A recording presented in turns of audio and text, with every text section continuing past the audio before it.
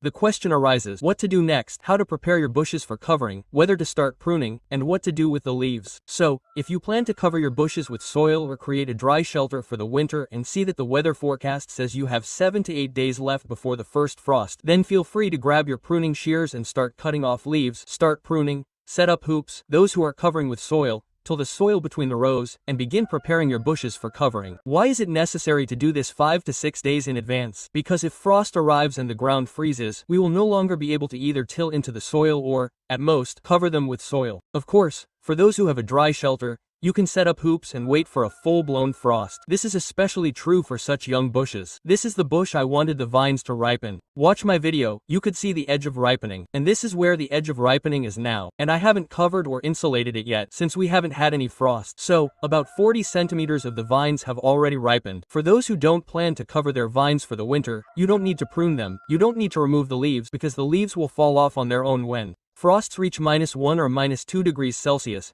And the leaflets will fall off on their own. You can start pruning in late February, early spring. To ensure the vines survive the winter well, you need to treat them, if there were any diseases, to reduce the amount of fungi.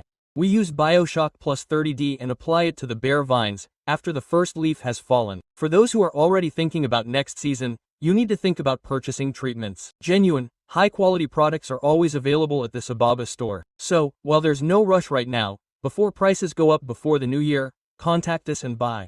Any suggestions?